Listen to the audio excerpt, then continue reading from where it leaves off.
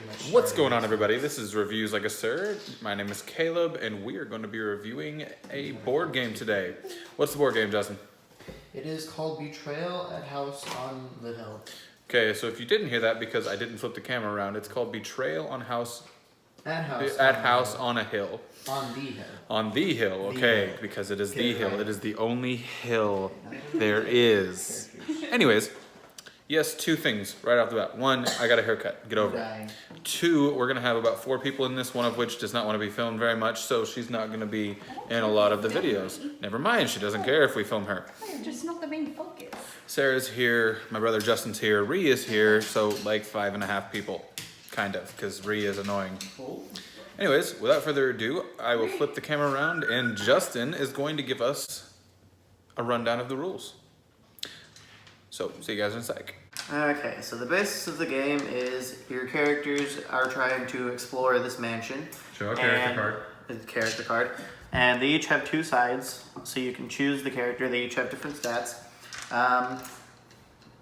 Wherever you move, if there's nothing in the space, like this, you can look through this stack over here to find a ground level card, and you add it to that. And so, say my character's in here. This, a symbol like that, means that it's an event card, which is over here. And you read the event and do whatever the event says. There are also omens and items. Items can help you, and omens are technically things that can help you, but they can also hinder you. And every time you get an omen card, you have to roll 6 of the dice, and whatever the number is on there, it has to either match or be more than the omen or amount of omen cards you have. And if it is, then you're fine, you can keep playing. If not, then it triggers the haunt, which means you get one of the booklets that are over there, which you can't look at them until the betrayal actually starts. And we'll based off explain of more on that whenever. Yeah, we'll explain more of that. But based off of certain things, you have a certain betrayal that happens, and after that, the heroes have to try to escape or win against the person who is betraying, and that's pretty much the basis. Okay, so lots of rules. We'll go over a few more of them whenever we get down into the game. So if something pops up, he's gonna let us know, and we're gonna go over how it works. So pretty much whenever you're starting, you base whoever goes first is based off of the character card. They have birthdays, and based off of what time it or what day it is now, you decide who has the next birthday based off the cards, and then that person goes first. And based off of their speed, that's how many spaces they're allowed to move. Whenever you discover a new place, that's how many spaces you can move. And then once you discover a new place, you can keep going to discover more places on the next turn. So if you discover some place, by going the amount of spaces you can, you stop once you discover a place, then the next turn you can keep going. Yes. Or if you have, like, say, speed of 3 like I do, 1, 2, and 3, and I would stop there, not discovering anything. Yeah. That's if I wanted to move there. Yeah. Or I can move sideways and discover a room, vice versa. You get the gist. Yes. Just find out who the person Okay, is. so I discovered a dusty hallway, so nothing happens because there's no event kind of thing or card thing you need to draw. But as for Justin, I found the bloody room, and it has this symbol, which means I draw an item, and so I have this. I have a candle. It makes the shadows move. At least you hope it's doing that. If you draw an event card, roll 1 additional die, maximum of 8 dice, for that event's trait roll, which is based off of these. All the stuff around your knowledge, your sanity, and your might. Your speed is mostly just for moving, but there is one card that does require you to do a speed roll. And you also, if you have the bell, book, and the candle, gain 2 in each trait. you just got to read the card and do what it says. Okay, so my character, I just found an event, which is this little spiral thingy-mabobber. Yes. So my event is called Shrieking Wind. The wind picks up a slow crescendo to a screeching howl. Each explorer in the gardens, graveyard, patio, tower, on the balcony, or in a room with an outside-facing window. Is anyone in that? I think besides you, no. I think everybody else is in a safe Okay, so this only affects me. I must attempt a might roll. And whenever you're doing a roll based on one of your traits, it's based off of this. So like I have 5 might, so I get to draw 5 dice. She has 5 dice. I get to roll 5 dice. See, I have 5 might. And then So I get to roll 5. And then depending on your score, each dice has a 0, 1, or a 2. And whatever you roll is what this is. So 1, 2. So I got 5+, so I keep my footing and nothing happens to me.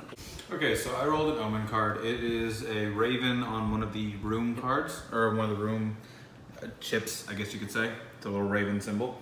And what it says to do is it says, holy symbol, a symbol of calm in an unsettling world. Gain 2 sanity now, so I will take my sanity, and I'm already pretty sane.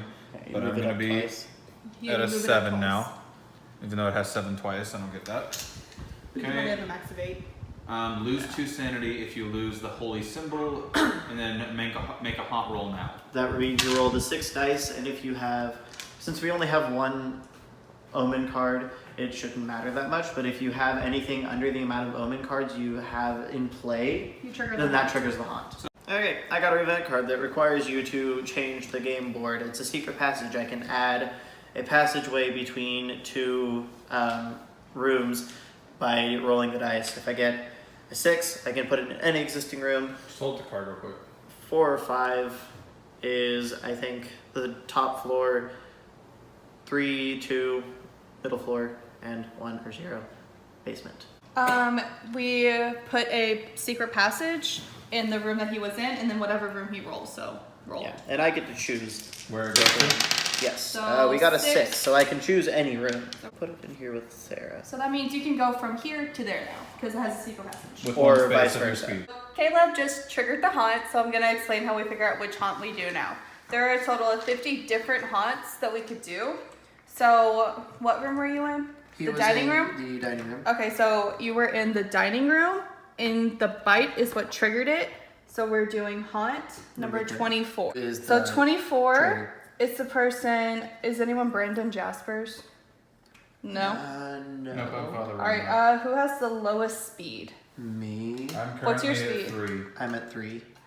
All right. Well, it's whoever has the lowest speed. First There's person, 2 rock, paper, floors scissors. tied in the same trait, and one of them is the haunt revealer. Choose the haunt revealer. So Okay, Caleb so is yeah, the Caleb gets it. So Caleb, you you get to be the haunt. Yeah, you get to be the haunt. You read through. You go to 24. 24. Page 24? Yes. Yeah, haunt 24. So Haunt 24. this one, fly away home. And That you want is to go out of the yours? room. You Yeah, want like. So I'm going to go and read my thing. My room's Okay, in and Sarah's And then going to we're film reading them doing what they're supposed to do for survivors. Okay, so on our haunt, we have haunt number 24, which is called Fly Away Home.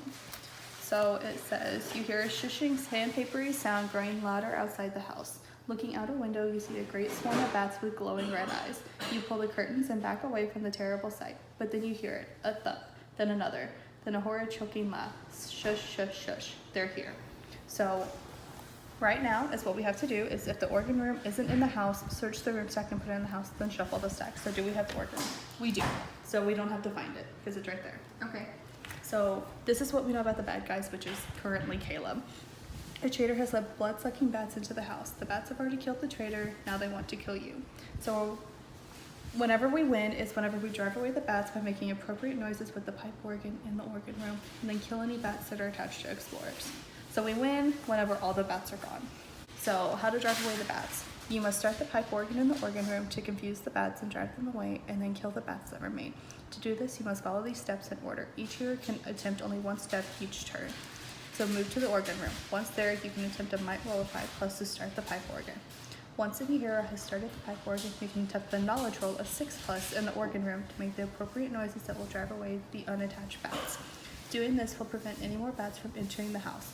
A hero whose hobby is music can attempt a knowledge roll of 5+ instead to create these noises with the pipe organ. So, and then you must do this.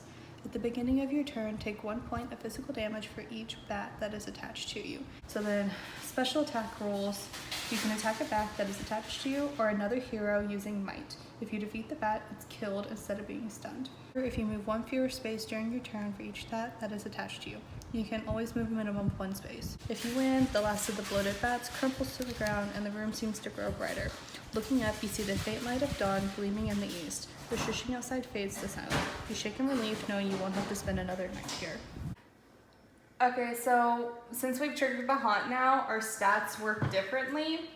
Basically, whenever your stat drops to the skull on any of them, you die. Yeah. So that's something that only happens whenever you trigger the haunt. Okay, and there will be a special condition for lowering their stats whenever you hear the haunt. If everybody dies, I win. But if we kill all the bats, we win. Okay, so I'm not sure how they were supposed to survive. They didn't tell me. That one and that one. But in the end, I ended up winning the game as the vampire bat lord. Barely, yeah, I know. It was down to the wire. So overall, what would all of you rate this game? We get a 4 different rating and we'll average it out at the end. I personally would rate it about a 7.5. It was quite fun, but at the same time, there's a lot of rules and a lot of different things you gotta read. So what's your rating, Justin? Then why are they playing board games in the first place? What's your rating, Justin? Since Caleb was a jerk and kept attacking me, I give it a 0 because of him. But, No, but seriously. I love the game, and I'd give it at least a 9 because it's my favorite game. Okay, babe. 6.57. Okay, Nikki. No, not like 6.5 or a 7. 6.57. Okay, Nikki. 9 only because I know how to play it and I've played a bunch of different haunts. So it's a lot of fun. Okay, so between the 3 of us, that would be a... I don't know.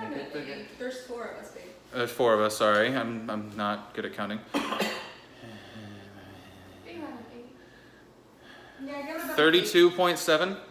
So 32.7 divided by 4 is about an 8. So overall, this game between the 4 of us gets an 8. We'll just say 0.7. Caleb? We give it a 7.5. We're gonna get an 8 for this game. Once again, this has been Caleb and Sarah and friends with Reviews Like a Sir. Hope you enjoyed. 8.02. Hope you enjoyed, and we'll see you next time. Bye.